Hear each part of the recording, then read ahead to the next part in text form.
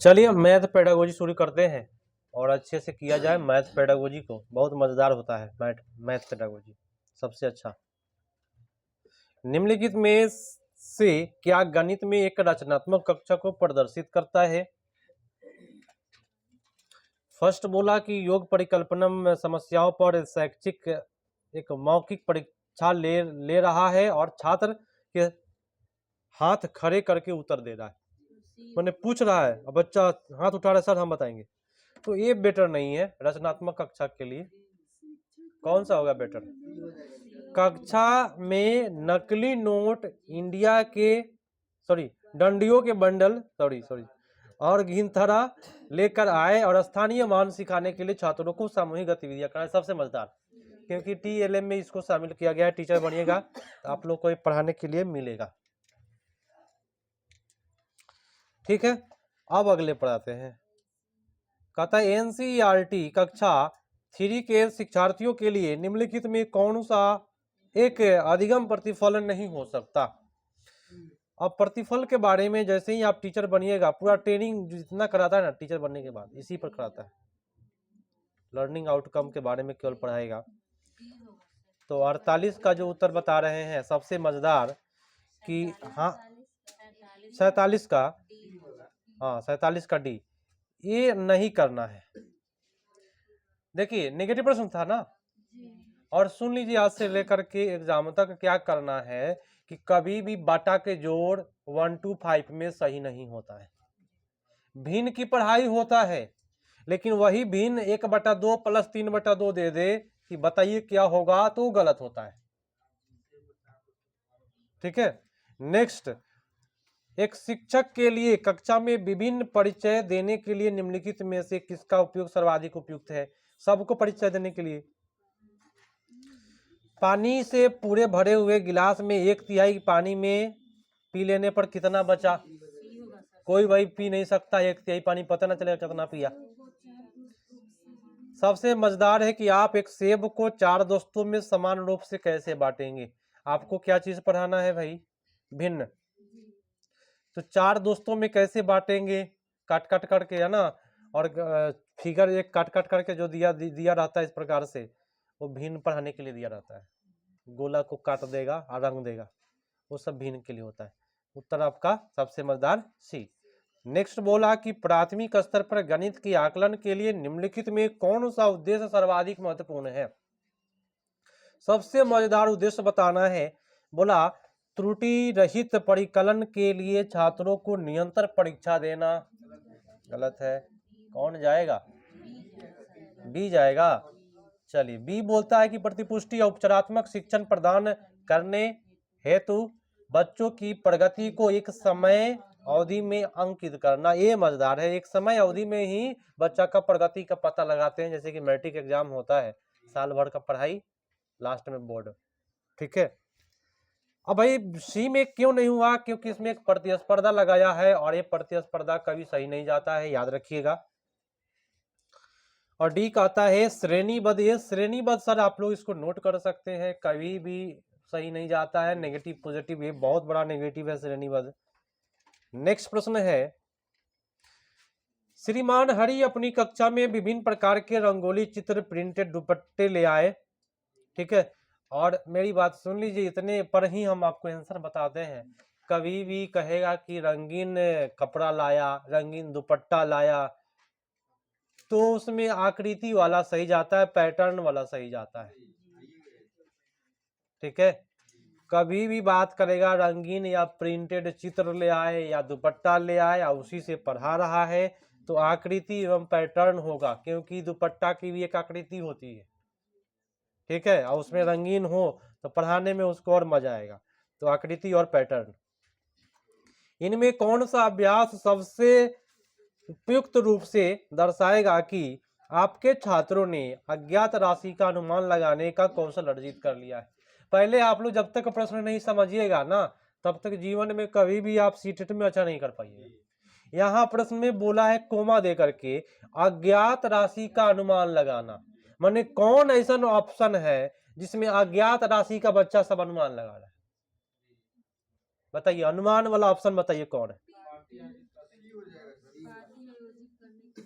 अनुमान वाला सबसे मजेदार है कि पार्टी एगो आयोजित करिए, अब बच्चा से पूछिए कि बताओ लगभग में कितना खर्चा हम किए होंगे, देख करके बताएगा ना, तो अनुमान न लगाएगा। तो अनुमान वाला प्रश्न बताना था, इसलिए आपका सबसे मजेदार उत्तर सी पर चला गया। पार्टी आयोजित करिए और उसमें से खर्चा पूछिए। अगला, गणित में अवधारणाओं और प्रकृति के बारे में निम्नलिखित में कौन सा सही नहीं है? कहा है, एक सेकेंड, बी में इनको अनुमान दिखाई दिया। एक वर्ष में रविवार नहीं पता चलेगा, ओह क्या बात है। अरे सबसे अच्छा है कि पार्टी आयोजित करिए और अपने दोस्त से पूछिए कि कितना पैसा खर्चा किया होगा, तो ना कहते हैं कि लगभग 50 लाख खर्चा किया होगा, पंडाले देख के बता देता है लोग इतना खर्चा हुआ है। गणित में अवधारणाओं की प्रकृति के बारे में निम्नलिखित में कौन सा सही नहीं है? 52 नंबर। गणितीय अवधारणा की प्रकृति अमूर्त है, अच्छी बात है, अमूर्त है क्योंकि उसमें आंसर दिखाई देता नहीं। और गणित में अवधारणा रेखांकित रूप से व्यवस्थित है, ये रेखांकित गलत, रेखीय नहीं होता है, सरल नहीं होता है, ये गलत है केवल। और सी मजेदार है, गणित में तर्क चलता है और डी में भी तर्क है। अब आपका ऑप्शन प्रश्न कहता है 53, श्री आयु विभाजन और भाग का सिद्धांत कक्षा में आरंभ कर रहे हैं, उन्होंने 3 शिक्षण गतिविधियों की योजना बनाई। अब भाई विभाजन बोले तो भाग, अब 3 गो बनाया है, 3 गो आपके सामने में है और बताना है क्रम में कि भाई कौन सा पहले, उसके बाद पहले, उसके बाद कौन, उसके बाद कौन, यही करना है आप लोगों को। तो सबसे पहले हम कल ही बताए थे कि कंकड़ या कंचा बोले तो गोली, पहले बच्चा को क्या करेंगे, दिखाएंगे, सबसे काम ये कर लीजिए। और उसके बाद सेम ऑप्शन ही है, कर लिया। 2 नंबर, विभाजन पर क्या करेंगे, चित्र का उपयोग करके समझा देंगे और लास्ट में श्याम पट पर जाएंगे।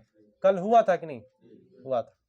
चलिए नेक्स्ट प्रश्न है, कक्षा 2 के अधिगमकर्ता को मानचित्र, मैपिंग और दिक् स्थान संबंधित समझ की अवधारणा का परिचय देने के लिए निम्नलिखित में किसका एक संदर्भात्मक क्रियाकलाप के रूप में उपयोग किया जा सकता है? 54 का बताए। डी, बहुत अच्छा बोले। फर्स्ट में क्या गलत है कि भाई नहीं हुआ, छात्रों से नक्शा में 2 शहरों के बीच की दूरी मापने के लिए कहिए। नक्शा में कौन नाप लेगा हो वही देखेगा सर जी 1 उंगली के बराबर है दूरी, नहीं समझ में आएगा। और ये भी आपका बीबी नहीं आने वाला उसको समझ में। सबसे मजेदार है कि छात्रों को अपने स्वयं के घर के कागज पर बनाने के लिए कहना, जिसमें विभिन्न कक्षा का सापेक्ष अंकार बना रहे, ठीक है, बोले तो चित्र बना रहे, अपना घर के बारे में है, दैनिक जीवन है, तो इससे बेटर कुछ नहीं। निम्नलिखित में किसका नाम एक ज्यामितीय सिद्धांत के विकास से संबंधित है, जो कि बच्चे में ज्यामितीय तर्क के विभिन्न स्तरों को वर्णित करता है? कौन सा होगा? वैन हीले सिद्धांत, बहुत मजेदार। वैन हीले, और वैन हीले ज्यामिति की बात कभी भी करेगा वैन हीले जाएगा। एकदम आप कीवर्ड बना सकते हैं, ज्यामिति लिख करके तीर के चिन्ह दे करके आप वैन हीले लिख सकते हैं, ठीक है। अगला प्रश्न है कि राष्ट्रीय पटचर्या रूपरेखा 2005 के अनुसार गणित के पाठ्यक्रम का निम्न में कौन सा महत्वपूर्ण उद्देश्य है? सबसे मजेदार आपको दिखाई दे रहा है दैनिक जीवन, और इससे अच्छा कुछ होता ही नहीं है सीटेट के लिए, तो आप सभी को पता है। देखिए नेक्स्ट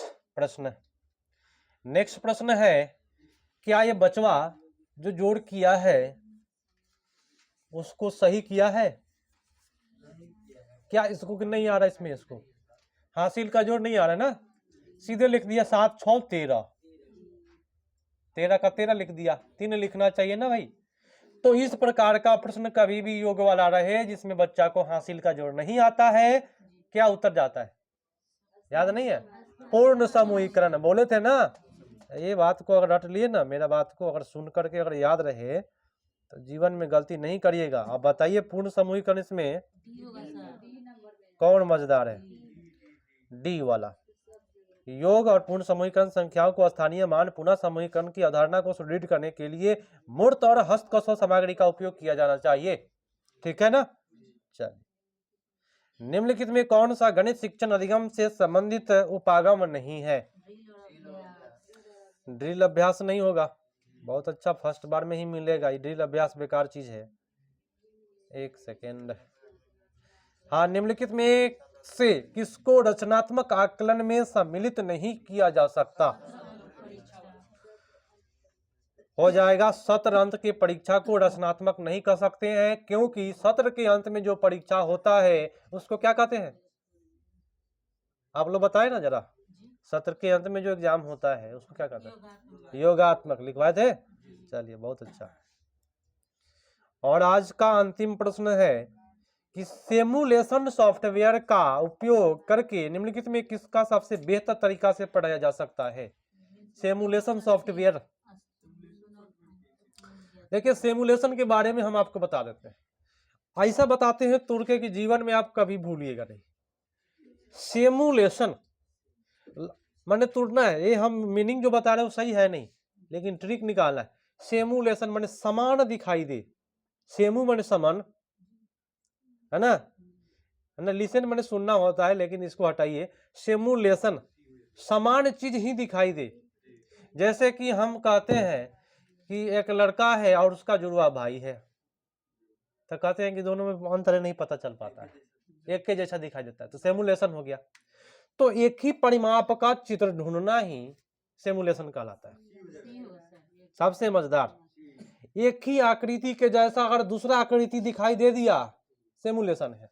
कितने लोग कहते हैं कि ये जो बच्चा है लग रहा है कि आपका बेटा है, लेकिन रहता नहीं है। मतलब कि क्या हुआ? सिमुलेशन हुआ। सिमुलेशन में यही याद रखना है कि सेम आकृति मिल जाए, वही क्या कहलाता है? सिमुलेशन। अब तो दिक्कत नहीं होगा। तो ये खत्म हुआ सिमुलेशन के साथ।